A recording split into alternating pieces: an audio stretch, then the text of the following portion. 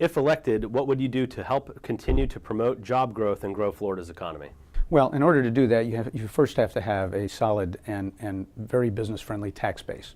And in order to have a friendly tax base, you need to be sure that the taxes across the board reflect the type of businesses that we have here in Florida. So you can't have tiered taxing and then expect to have a good business climate in order to attract businesses.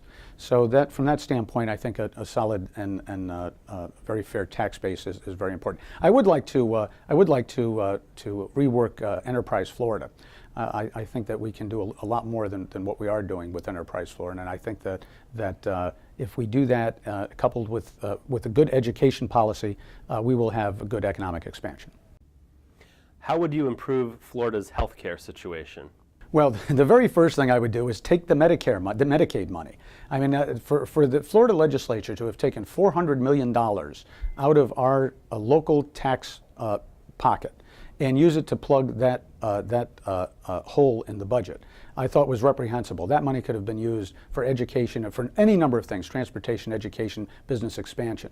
And the excuse was, well, we're not sure that the federal government would keep their promise. Well, you take the money while they're giving it to you, and then you figure it out later. But you don't take $400 million of local money, and you don't even insure everybody in the state on top of it. So I am for, listen, I am a product of Obamacare. I did not have health insurance until Obamacare came into effect because I'm a self-employed businessman and I couldn't afford a $20,000 a year premium. So I am all in favor of this. I know there are some people who are not, but quite honestly, I'm a product of it, and I think that that overall, when you insure everybody is healthier, you reduce cost, you eliminate you increase competition and reduce costs and eliminate people getting sick, waiting until they're so sick that instead of just making a trip to the doctor, now they have to make a trip to the emergency room. What challenges do you see in Florida's K-12 education system?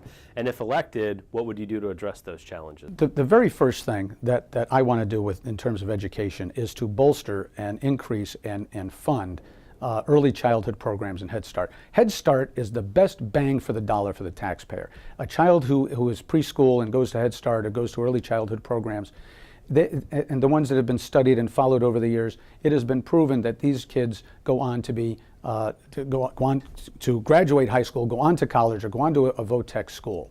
And I am also a great proponent of mentoring programs. They cost almost nothing, and after school programs with mentoring give these kids an opportunity to see and to be a part of an individual who is successful in life, and they're able to see that there's some success that they can have in life. And fully funding our public education system is very important. We cannot possibly attract the best teachers if we're paying them $38,000 a year and they're carrying $100,000 in debt. So we have got to address teacher pay, and we have got to, rather than using lotto money as a supplement, lotto money was supposed to be an enhancement, and I think we need to go back to that. I'm Dan Fiorini. I'm running for the Florida State House, District 70. You can look us up at www.danfordistrict70.com, and we are also on Facebook.